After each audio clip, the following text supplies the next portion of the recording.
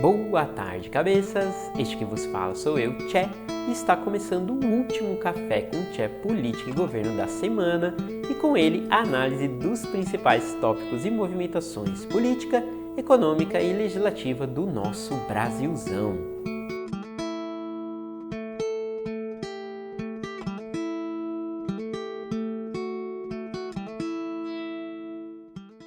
Sejam bem-vindos então ao nosso episódio de encerramento da semana. Tá chegando o FDS. Bom, pessoal, semaninha foi mais movimentada nos bastidores da nossa política do que necessariamente nos holofotes, né? Importantes pautas seguem maturando, algumas aí quase coalhando, tipo a reforma do imposto de renda, e as principais movimentações têm acontecido no tete-a-tete, a famosa testa-a-testa. Ali nos gabinetes, nos corredores e elevadores da Câmara, nas salas dos ministros, nos ministros do Estado, do TCU e até do STF. Porém, todavia, começo falando sobre uma medida provisória que passou aí meio despercebida, mas que é significativa, principalmente para os indivíduos e empresas que fazem negócio com o governo, que vendem para o mercado público. Isso porque foi aprovada a MP 1047, que permite a dispensa de licitação para aquisição de bens e serviços referente ao combate à pandemia e também aprovado o pagamento antecipado para essas contratações. Até o final do ano passado, estavam em vigor duas medidas provisórias que regulavam e tratavam desse mesmo tema, porém essas medidas perderam a eficácia, né? Então, desde lá do começo do ano para cá, valia a regra geral da Lei de Licitações, lá de 93, 8666 e a nova 14.133 de 21, além de outras normas, né? Contudo, com a aprovação dessa medida provisória, ficam permitidos aí novamente a dispensa de licitação e o pagamento antecipado para compras de materiais e contratação de serviços para combate à pandemia do coronavírus. Então, como eu disse, para você que vende ao governo, principalmente do mercado de healthcare, sim, você que vende aí luvas, máscaras, seringas, álcool, gás e curativos, materiais de enfermagem, instrumentais cirúrgicos, vacinas, medicamentos e mais, estejam bastante atentos porque essa norma segue vigente, né, enquanto durar o estado de emergência em saúde pública. Não vamos confundir com o estado de calamidade, porque o estado de emergência em saúde pública é definido pelo Ministério da Saúde. Legal? Bom, e eu, que estive durante muitos e muitos anos no segmento de vendas governamentais e licitações, posso afirmar que se você aí não buscar os seus clientes públicos e pegar uma fatiazinha dessas dispensas, alguém vai pegar no seu lugar. Legal? Alguns podem me perguntar também, mas Tchê, cara, que parada é essa aí de medida provisória? Qual a diferença para uma lei normal, né? Se ela é provisória, por que ela vai continuar valendo? Bom, esse vai ser o tema da nossa próxima terça didática, então tudo isso eu respondo lá e mais um pouco, então aguenta aí, certinho? Sobre a matéria, de termos gerais, a gente precisa entender que ela busca dinamizar os processos de compras públicas quando se referir a produtos ou serviços usados no combate à pandemia. Simples. E essa MP vem dispor sobre isso, porque um processo administrativo de compra pública, né, que pode virar uma licitação depois, por vezes demora meses. Aliás, raramente é possível que um processo inicie e ocorra o pregão, né, disputa de preço, antes de 3 ou 4 meses. Dependendo, inclusive, da complexidade, processos podem levar anos. Por isso, essa medida provisória vem reduzir a burocracia administrativa no processo de compras públicas. Lembrando, né, que essa MP vale para o Brasil todo e para todas as esferas. Outro ponto da lei, do pagamento antecipado, deixa aí qualquer gestor de licitação com aquele sorrisão na cara, porque o pagamento sempre é um grande problema nos contratos públicos. No Brasil é muito comum que órgãos e entidades públicas atrasem 6 meses, 2 anos até o pagamento dos contratos. Então, obviamente, a possibilidade de receber antecipadamente vai trazer mais tranquilidade para as empresas na hora de ofertarem suas propostas e fecharem os seus contratos com a administração pública. Lembrando só que nem toda aquisição estará passível de pagamento antecipado, né? Isso está lá na lei, como pode acontecer. De outro lado, né, o problema é justamente a corrupção. Pensa aí mesmo, se com toda essa burocracia, mecanismo de controle, accountability, existem incontáveis casos de corrupção e crimes em licitações públicas, imagina sem tudo isso. Eu sempre fico com o pé atrás.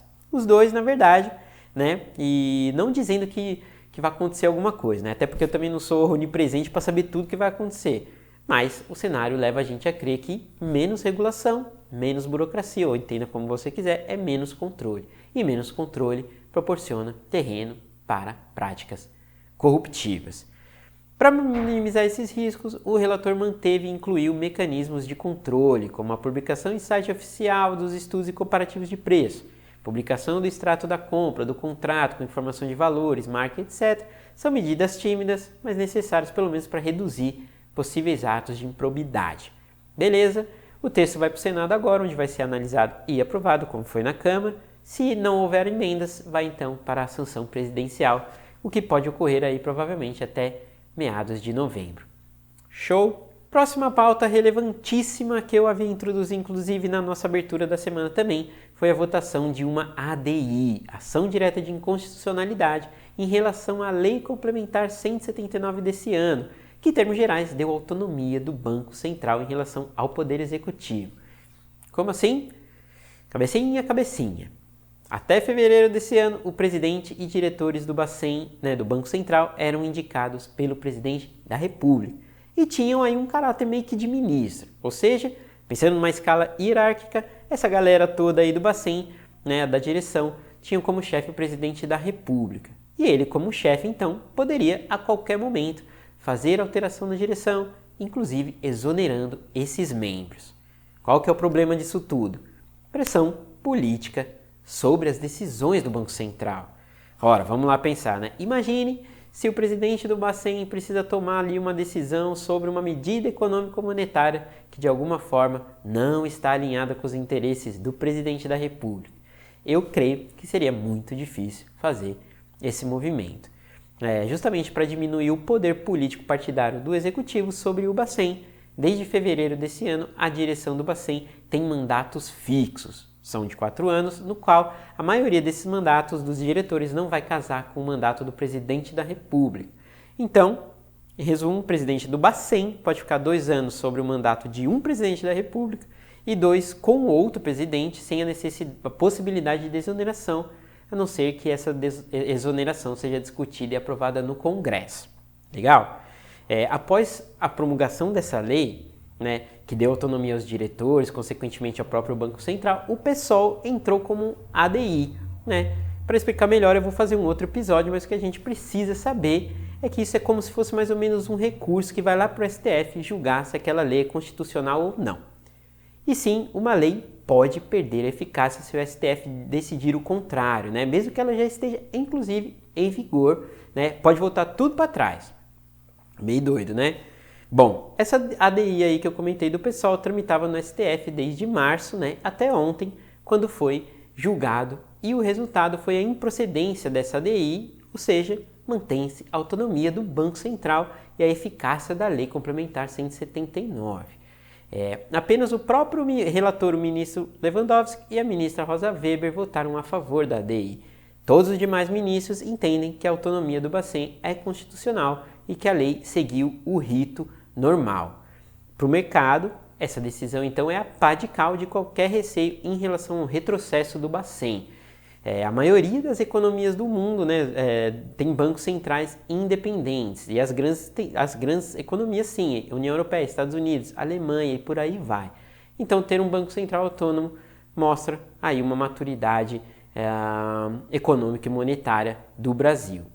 Beleza? Bom pessoal, último tema que separei para falarmos é o macro tema que tem tomado tempo de muita gente no governo, no Palácio do Planalto até o Congresso, inclusive no STF, e esse tema é a responsabilidade fiscal, o orçamento e os gastos.